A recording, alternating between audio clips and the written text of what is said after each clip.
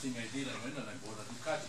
This was a 1987 750 Sport, 16 inches wheel, crap, piece of crap. But it was my first Ducati. I said, this is what I can afford.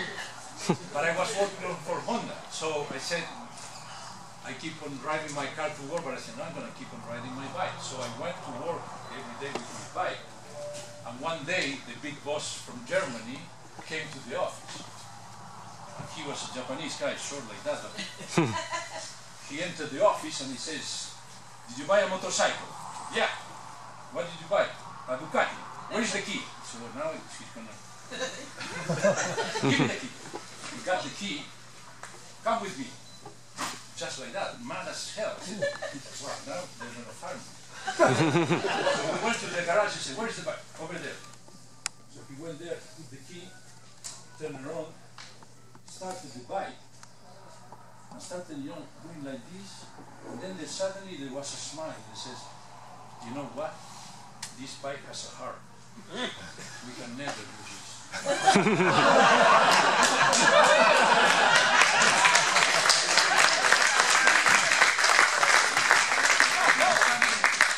The guy, you know, after leaving Honda, and every time we will cross you in a show or something, you know, he would do like that. Here, I ask you a question. The things you're saying are funny. As a Ducati dealer, I always give an analogy to people with the things about like Cagiva and Ducati. The one that amazes me the most is the one that you had a big part in, is the Super Mono. I mean, how a company can spend millions of dollars to make a motorcycle and make 200 or 170 of them. Well, no, you're wrong. They didn't spend $1 million, actually. I spent $1 million man hours. Remember those bikes? That bike was done in 3 months as well. It's funny, 3 months, 3 months, 3 months seems to be repeating because Italians are very good at some things. I actually told you a story. I had to go to get my visa to come over to America. And there was some mess up. I told the lady afterwards, I said, listen, you make great tortellini, and the pie is great, but your bureaucracy sucks. So just remember, I said, it's the good and the bad. The bike cost us very little to make.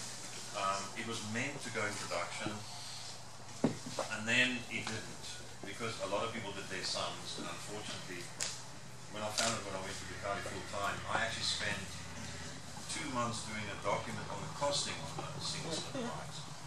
And I was the only one in the company that actually knew how much they cost, because I went actually, every evening I went downstairs and weighed every nut and bolt.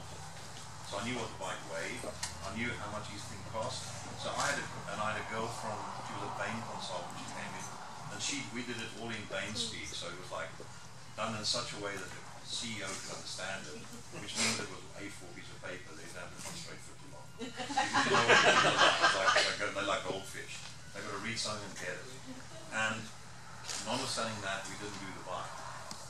I still believe there's a market out there for a single. If they'd had one now that looked cool, like my Monster or like Little Michael Motor at the right price, they wouldn't be in the trouble they're in now. The dealers would have something to sell. They'd have helmets, jackets to sell. They'd have something to service. But what these guys are they're very short-sighted. They think about their EBITDA and what they make within the walls of Ducati for their shareholders. They don't think of the dealer as an extension of the company. And I mean, this is why they're not Honda. Okay?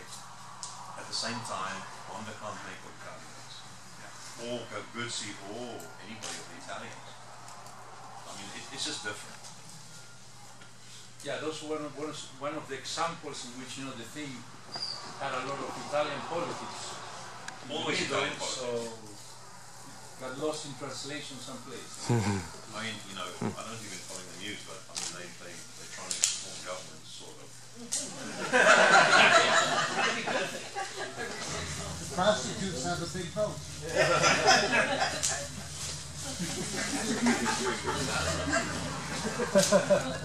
Now, well, the nice thing is now, we both know in America, Miguel's now in Pasadena, and he's got a design studio with design studio for advanced for Piaggio. And I'm in Alabama, Birmingham, working for Confederate. So, and they both cool things to do. And I personally you don't have to pay 64% tax anymore. Yeah. You guys complain about tax. That tax is serious. 64% if you're a small business. So that's not cool. Well, we're trying. So now what I can do with my 40% pay increase, I get lots of bites. So some dealer will be happy. Yeah. What do you think will how it'll go for Ducati now that it's under Audi ownership? Dealer network, expansion of selection, bikes, More bureaucracy. World War III. We can talk about, I mean, you know Lamborghini was taken over by Yes. Audi, and it's only been positive. Who knows? It all depends on which Germans we're dealing with, and we both work in Germany, and they can bring a lot to the fold. Whether they will... You know what? My perspective on that is I used to work for Cajira that was in Varese. Ducati was in Bologna, which is less than 150 miles away. These people, which even they talk Italian, they didn't get along with the people that were here. I know that. So for these Germans to come into Bologna right now, it's going to be a painful, situation for maybe 3, 4, 5 years. It's a culture shock. Until like Lamborghini, it took a little bit of time, in order to get, things in the right direction. So the same thing is going to happen. Eventually, they're going to get their act together. It's going to be good, but it's going to take, a few years. There is an advantage, I mean, that the head of design in Audi is actually Golf and Silva.